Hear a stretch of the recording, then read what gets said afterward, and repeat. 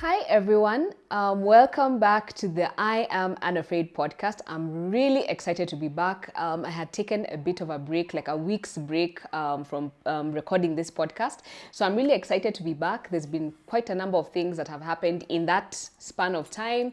And so I just want to say, first of all, I'm really excited for the people who have been following my podcast and really supporting just by watching and viewing and sharing. I really appreciate that. I wanted to lead the conversation by just saying thank you.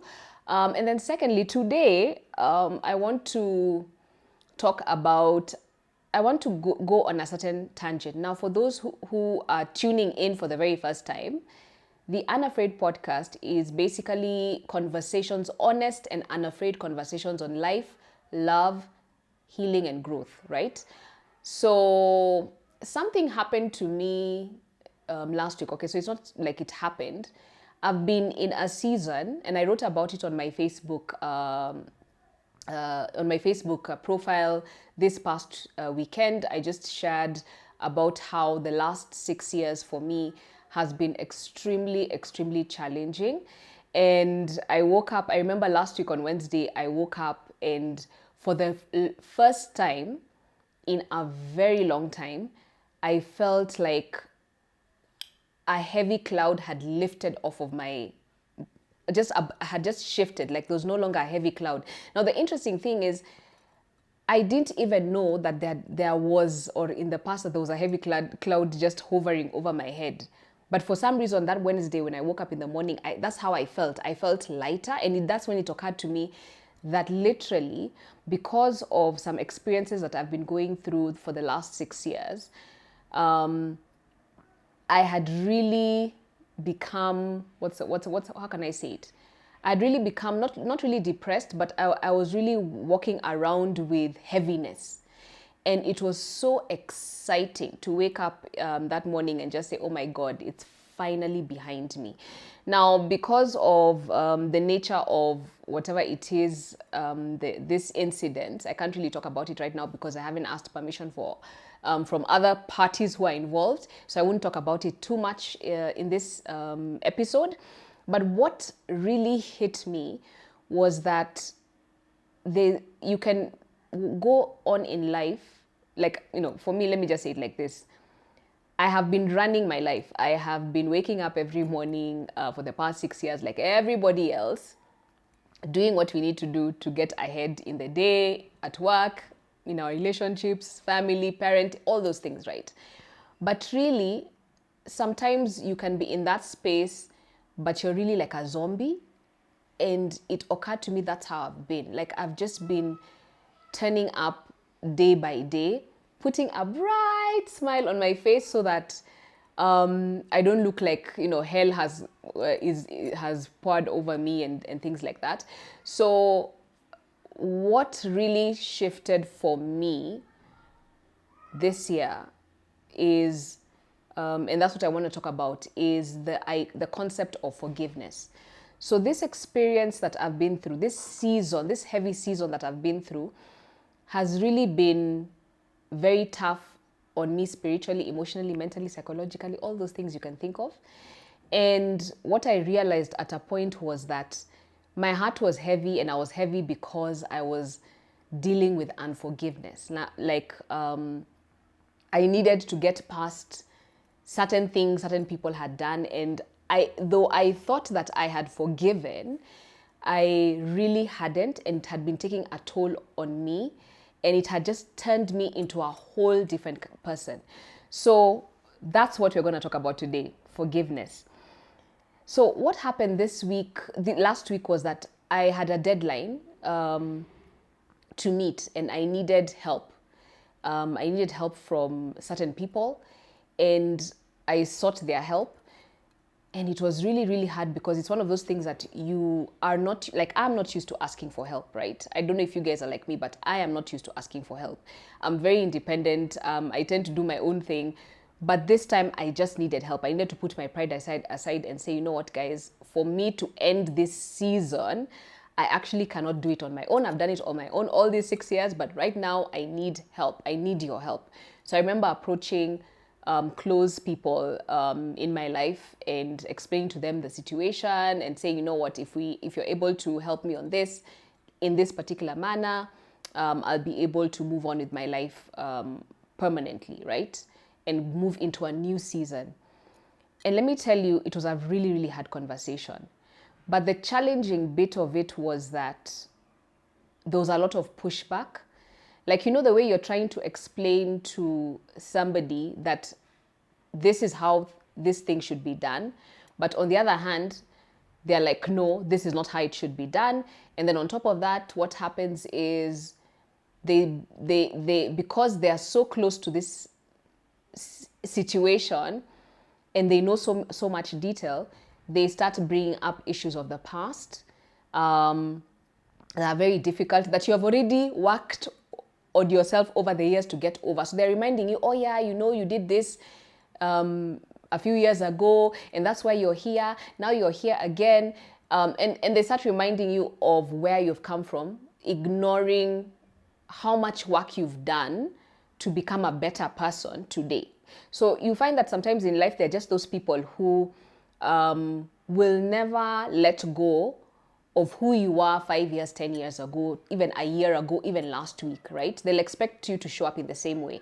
So what happens is the relationship between you and them becomes very difficult to have because they just cannot begin to imagine that you could be a changed person now. So that was a struggle that I was going through in this situation. But I remember after having this conversation with them, with this particular person, and they were really being tough on me, I remember just thinking, first of all, one, you're not perfect as a person yourself. Two, what I'm going through could happen to anybody, right? So I don't know why sometimes we think that when people are in seasons that they are the ones with the issue, and that you, because your life is really straight line and everything, you feel like your life is better, or you've led a better life, or you've made better decisions. Warranted, you may have made better decisions, but I always say life is very cyclical, right? So anyway, so I was having a very difficult conversation with them, and I remember going to bed that the night. I mean, I had a conversation with them on the weekend, last weekend, and then I went to bed, and I remember just telling God, you know what? I'm the one who needs help, right? And I have to get to a point whereby, despite what this person has said, because they said some really, really tough, not true, untrue things about me to my face that were extremely hurtful. And I remember that day, and this is a bit difficult to say, but I was really angry, but more so sad. So I remember that day I bawled, like I bawled proper. Remember, guys, I'm an adult, I am a mother, but the way I cried like an infant, right? Because this person had just been mean, they had been cold, and they knew that I needed their support, right? Anywho, so I remember getting into bed that night and just telling God, you know what? Because I have been in a season where I've been saying that I want to live a life that models Christ's life, right? I've been in that season where I'm just like, you know what, I'm done with trying to do things on my own, and I want to do them with God. So the challenge is, when you make that decision, you find that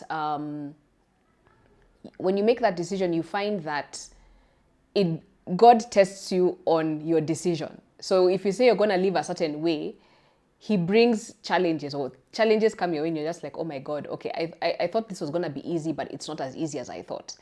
Anywho, so faced with this challenge of dealing with somebody who had said such mean and true things to my face and was not remorseful, was just prideful as well, and was just being plain mean, was really heartbreaking. And this is somebody who's very close to my heart, was really, really heartbreaking.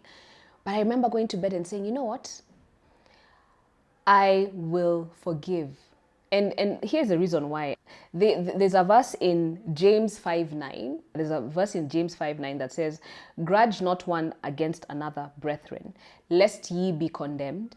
Behold, the judge standeth before the door. So I remember just thinking, I am here angry at this person, and I'm also judging them in a way, right?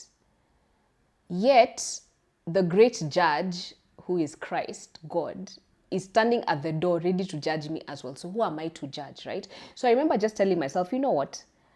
I will forgive because I know that, we always say that God forgives us, right? And even in the there's this prayer, the Lord's Prayer. It says, he talks about the Lord's Prayer is, our Father, what in heaven, hallowed be thy name, thy kingdom come, thy will be done on earth as it is in heaven. Give us this day our daily bread, and forgive us our trespasses as we forgive those who trespass against us. So God forgives us, right? Every single day. Like I keep saying, my God, I am such a sinner, or I have been such a sinner. Like I have done crazy things in my lifetime, right? But there's a way that God has seen me through, and he has forgiven me for my sins or the things that I have done. And I think sometimes, we get away with murder, right? We do things and just get away with it. God has mercy. So who am I to sit and not forgive this person, irrespective of how mean they are, how insane the things they're saying are just not nice. So what's my point? My point is, that night I did pray. That night I asked God, please forgive me for being judgmental towards this person, irrespective of what they've said. But also, I want to forgive, right? Because you forgive me every single day. You forgive me all the time. And I remember I went to sleep, and by the time we had finished the conversation with this person, we were at a stalemate. And I was like, okay, whatever happens. And I wake up, if they decide they're just, I'm done, I'm good. But I was at peace. And I remember waking up the next morning, and the situation was still there. And I was like, you know what? I will hand over everything to God, because he knows why I'm here. He knows that I have been in this season for the last 6 years of no fault of my own necessarily. And he is the one who can lift this burden. There's a verse in the Bible that says, I think it says, humble yourselves in the sight of the Lord and he shall lift you up, right? So I just told myself, you know what? God would lift up this situation, or lift me up out of this situation. And I felt the forgiveness. I knew I had forgiven this person. I even prayed for them. And I was like, you know what, bless them. Which was so ironical, because let me tell you guys, when people say really bad things, it's very hard to start saying bless them. But I was like, you know what, I'm going to be obedient. So I was just like, bless them, bless their families, bless their, just bless them, right? Irrespective. And the funny thing is, the next day they reached out and they were like, hey, really sorry about the conversation we had the previous night, and don't worry, I'm here for you. And that was it. And I was like, wait. First of all, please let me tell you, this is somebody who doesn't apologize, or is not in, to say an apology is very hard. So I was like, okay, and I really appreciated the apology. It didn't come out the way I've said it. I've said it a bit, I've embellished it a bit, but really they were remorseful in just the way they were communicating. And I remember, and then they I woke up on Wednesday and we had resolved issues and it was done. And this 6-year season literally ended on that day. So in future podcasts, hopefully, I'm also writing a book. I'll be able to give more detail about, I know I'm talking in cryptic language, but the point of this podcast, guys, is forgiveness is not for the other person. Forgiveness is for you. Forgiveness is to release you. Forgiveness is about God and your relationship with God, right? So for me, that was the only, let me tell you, that was the only reason I was like, okay, I will forgive this person, right? And also, I was like, I cannot hold on to something any longer if it's not serving me and it's not serving God, right? So I hope this short conversation is helpful. I've just remembered also another story, another reason why I decided to pray and bless this person, despite the fact that I initially was just like, no, was I thought about the story of Job. If you read the story of Job, and I think it's towards the time, I mean, some of you have read the Bible, there's the story of Job. He was a rich man, he had everything. Then Satan decided to, to go to God and tell him, this person, let's test him and see if he really, serves you as God. And I'm paraphrasing, that's, just read the story. And what happened is Job was afflicted. He became sick. He lost everything. He lost his kids. He lost his wealth. His wife was taunting him. His friends began to, doubt that, there's no way that you didn't do anything wrong for God to punish you and things like that, and for all these hard things to happen in your life. And there's a point there towards, I think it's Job 42, towards the end, is where Job says, by the way, he also, I think before that, he kind of also complains, because initially he was very like, no, God is, is good, he's faithful, and I trust him and I trust his ways and his, everything. But at a point, he also complained, right? And in Job 42, he talks about the way Job had to, for him to be restored, and you need to read that story properly, for him to be restored, he had to do a couple of things. The first thing was he had to repent. So he repented and he told God, you know what, you are your God, right? And I am sorry, I do not even know how I can begin to question your ways, because you're the creator. You know every single hair on you, every number of hair on my head, you know it, right? You know the number of hairs on my head. So and he repented and he told God he's really sorry about, just complaining and stuff like that. So he repented.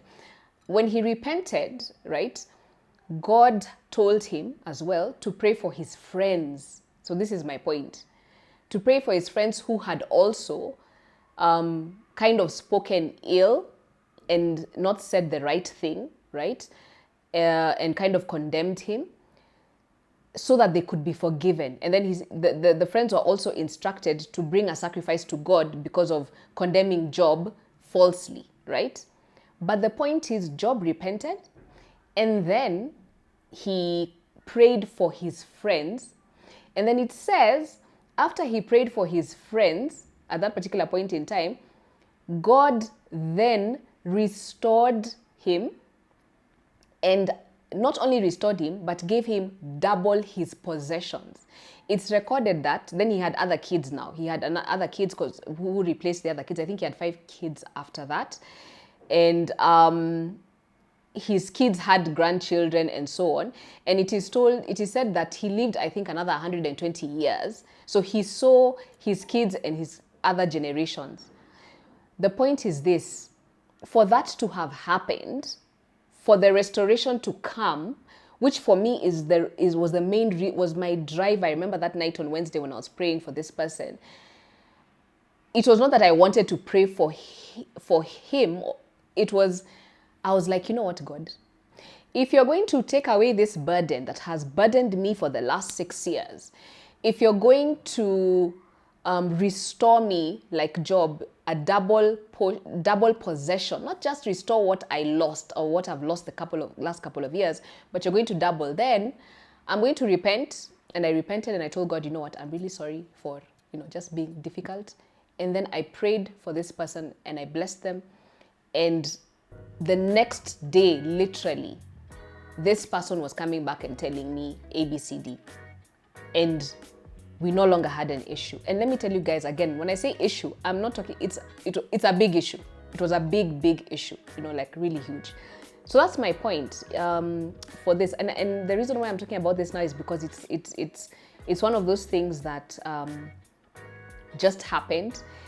And like I said, I have been feeling lighter since. And I just said, there could be someone out there right now who is struggling with forgiveness, or you're stuck in your life and you don't know why you're stuck. Please investigate and see if there's somewhere there that you are holding a grudge against somebody, or you have some unforgiveness that you're dealing with. Because if that's the case, you may want to listen to this podcast again, or go and read Job 42 and just read it and ask for God's grace to be able to give you the strength to actually pray for those people who we say your enemies, or those people who talk ill of you, or those people who burden you unfairly. Yeah. So thank you guys. That's it for this segment, and I shall see you soon. Please like and subscribe and share, and yeah, see you soon. Thank you. Bye.